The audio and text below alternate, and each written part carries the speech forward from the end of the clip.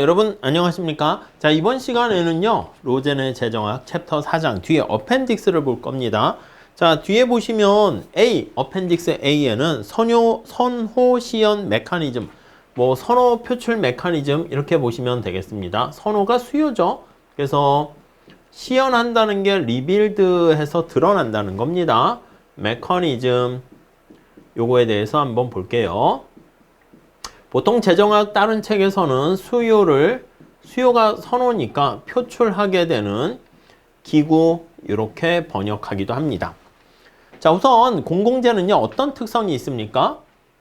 맞아요. 비배제성이 있기 때문에 자기가 진정한 선호를 표출하지 못해도요 공공재의 비배제성 특성으로 인해서 그러니까 무임승차 문제가 발생하게 됩니다.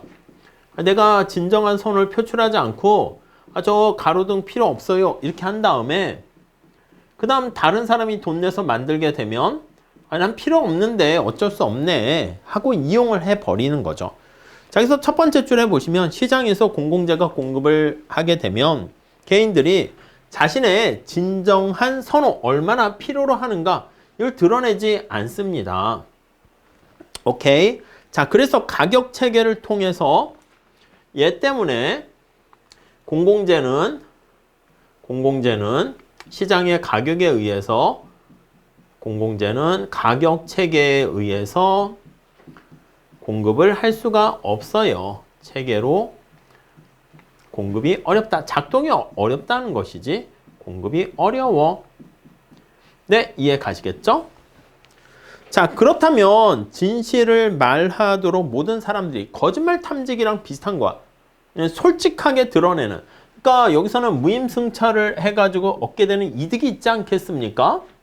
이렇게 선호를 거짓으로 표출해서 자기가 얻게 되는 사익이 생기는 건데, 근데 이러한 이득을 얻을 수 있는 것을 제거하게 만들면 어떨까?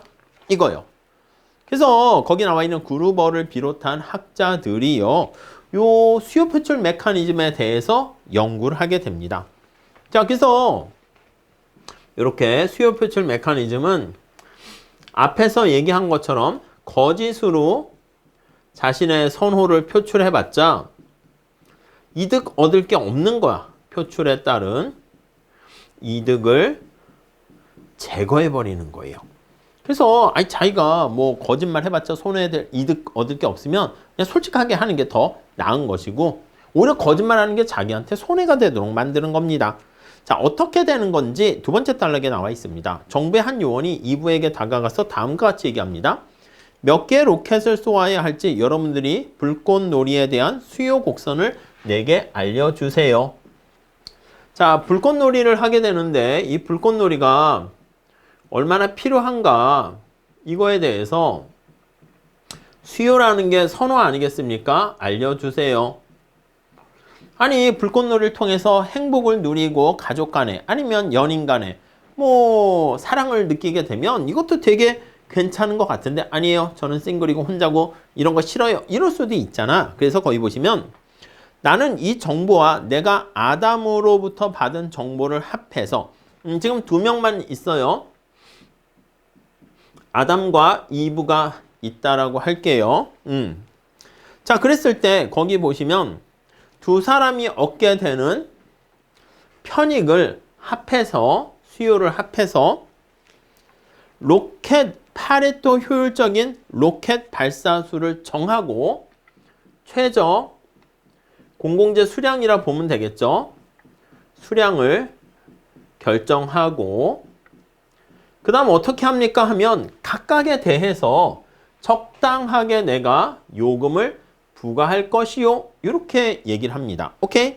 세금을 부과합니다. 자, 그런데 여러분들은 대답하기에 앞서 다음과 같은 방식으로 세금을 부과하게 된다는 거 알 수가 있습니다. 세금을 부과하는 규칙, 요걸 한번 살펴봅니다. 자, 거기 보니까 공공재 공급이 한 단위 증가할 때, 자, 불꽃놀이 폭죽을 한 번 더 쌓아 올렸을 때, 오케이? 그랬을 때 거기 보시면 그러한 비용에서 여러분 말고를 빼주세요. 그러니까 이브한테는 얘기하는 거지. 폭죽 한번 쐈을 때 너를 뺀, 이브를 뺀. 아담한테는 아담 너를 뺀. 오케이? 여러분 말고 다른 사람들이 그 마지막 단위에 부과한 가치의 합을 뺀 만큼 여러분들은 세금을 낸다. 그러니까 세금의 규칙은 전체 비용이 있을 거 아니겠습니까? 전체 총 비용이 있어요. 오케이. 만약에 공공재를 만약에 Z라고 할게요. 그럼 전체 비용 C가 들어갔는데 Z라는 이거 단위당 비용에다 몇 번 쌓는가? 여기에다가 빼기 네가 내는 세금은 어떻게 되냐면 거기 잘 보세요. 당신을 제외한 다른 사람의 한계 편익의 합 이렇게 해요. 그러니까 약간 편익의 합인데 한계 편익해도 되고 MRS를 할게요. 근데 여러 사람이 있는데 거기서 2부가 내는 세금은 자기를 빼는 거야. 요걸 뺀다는 걸 어떻게 표시할까? I가 1, 2, 3, 4 이렇게 했을 때 제2부를 뺀 나머지의 편익을 다 합한 것만큼 세금 내 이렇게 설정하는 거예요. 자, 여기 책에서는 조금 더 쉽게 디테일하게 나와 있으니까 한번 그걸 가지고 한번 살펴보도록 할게요. 자, 그 요원이 떠난 다음에 2부가 제일 먼저 한 일은 수학적으로 내가 얼마나 세금 내는가? 그거를 고민을 한다라고 할게요. 자, 2부가 이제 고민합니다. 자, 거기 나와 있는 것처럼 내가 세금을 이전보다 얼마나 더 내야 되지? 요거는 자, 공공재 공급이 한 단위 증가했을 때 그가 내야 하는 세금 액수의 변화이고요. 자, MRT 거기 보시면 한 단위를 생산하기 위한 지금 추가적으로 증가하는 거야. 한 개 더 추가적으로 그랬을 때 발생하게 되는 비용 로켓이라고 보시면 되겠죠. 로켓과 뭐 사과 이렇게 보시면 되겠고요. 네. 자, 여기서 빼기 저는 그냥 전체에서 자신을 뺀 이렇게 표현했는데 거기 보시면 MRS 있죠. 전체 MRS에서 MRS RA 이렇게 토탈입니다. 전체. 자, 2부 입장에서 보면 2부 자신의 편익까지 다 포함시킨 거에서 빼기 자기의 편익을 빼는 거야. MRS를 빼는 거야. 이렇게 RA 해서 2부 요걸 빼는 겁니다. 이거 그냥 약간 일반화해서 쓰려고 했고요. 근데 이거 무시하셔도 돼요. 요걸로 그냥 바로 이해하세요. 로켓을 한 단위 쌓아 올렸을 때 거기에 발생하는 비용에다가 전체 편익에서 너의 편익을 뺀 나머지만큼 세금을 내겠다. 이해 가세요? 오케이. 자, 이렇게 정리를 하시면 되겠습니다. 자, 그래서 밑에 4-1식에서 어떻게 거기 보시면 그녀가 진실한 한계 가치를 드러낼 것인가를 결정해야 되는데 자, 요걸 다시 한번 해설을 거기 써놓고 있어요. 읽어볼게요. 그녀는 자신의 효용 극대화를 위해서 로켓 발사 한 단위 추가가 한 단위 했을 때 추가 소비의 한계 편익과 자기의 한계 편익과 자신의 한계 비용, 세금의 증가가 같아질 때 그러니까 내가 2부 입장에서 봤을 때는요. 야, 내가 세금 얼마 내는 게 가장 적당해? 한 단위 더 추가적인 비용을 내는 거지.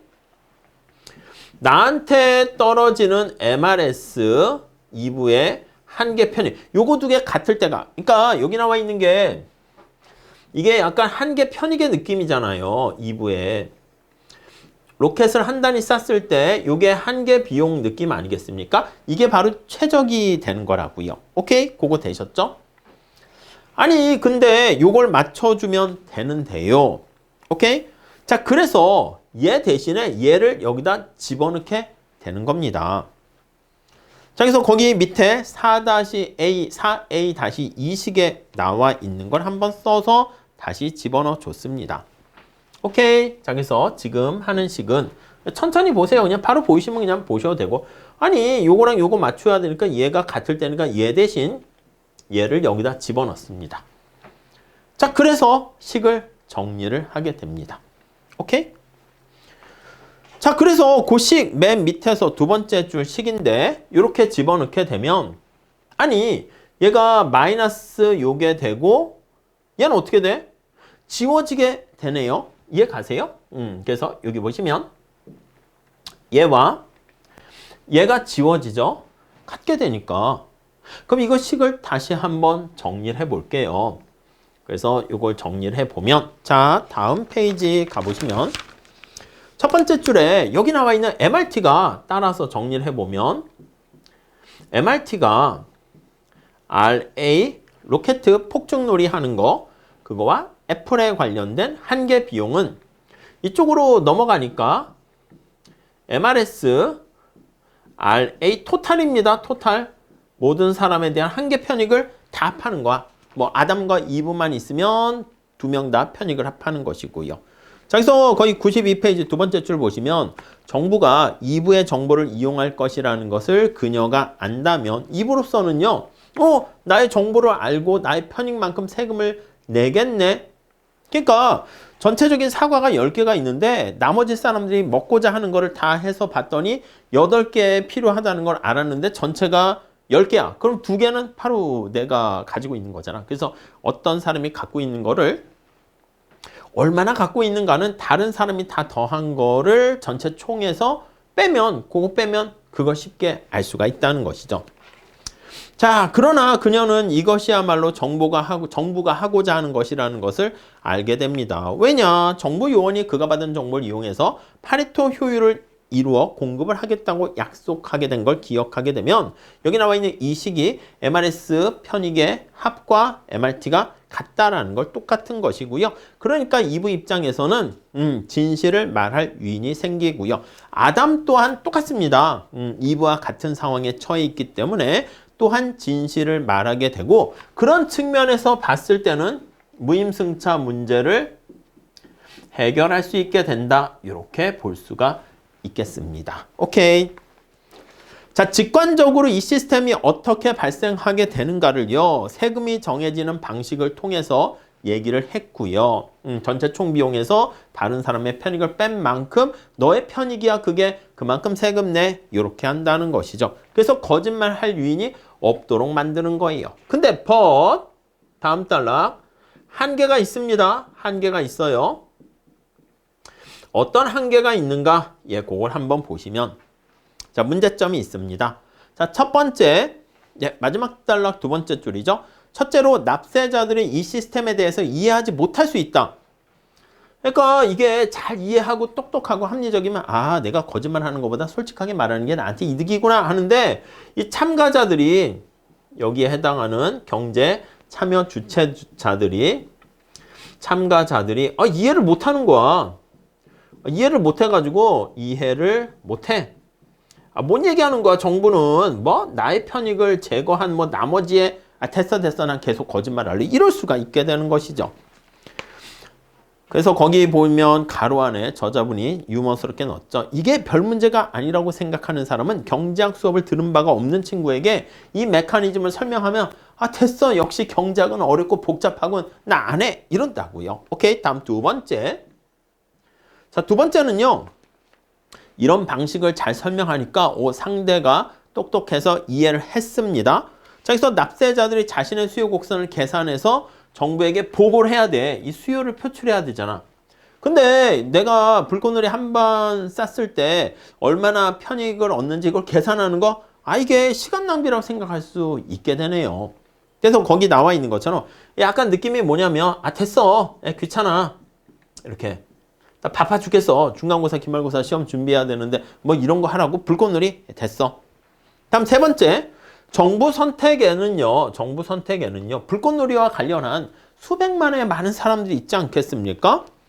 그래서 이 정보를 다 모아서 소화하는데 만만치 않습니다. 몇 사람으로 이루어진 클럽 같은 경우에는 좀 작을 수 있지만 참여자가 사람들이 많으면 불가하다. 그렇죠? 정보 처리 속도가 어렵다. 정보 처리 비용이 많이 든다. 자, 그래서 결론을 내리자면 이런 방식으로 선호를 드러내게끔 하는 메커니즘이 무임승차 문제를 이해하는 데 있어서 흥미로운 통찰력을 제시하긴 합니다.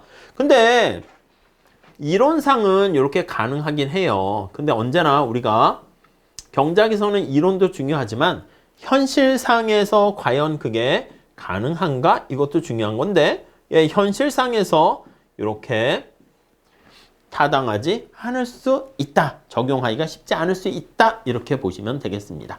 자, 여기서 클라크 그로브즈 관련된 여러 가지 선호 표출, 수요 표출 메커니즘에 대한 아이디어를 말씀드렸는데 책 천천히 잘 읽어보시고요. 그래도 복잡하게 하는 것보다 제일 간단한 수식 그래도 없이 아이디어로 제시한 거니까 잘 정리해 주시면 좋겠습니다. 자, 이렇게 정리하고 다음 시간에 또 이어서 할게요. 감사합니다.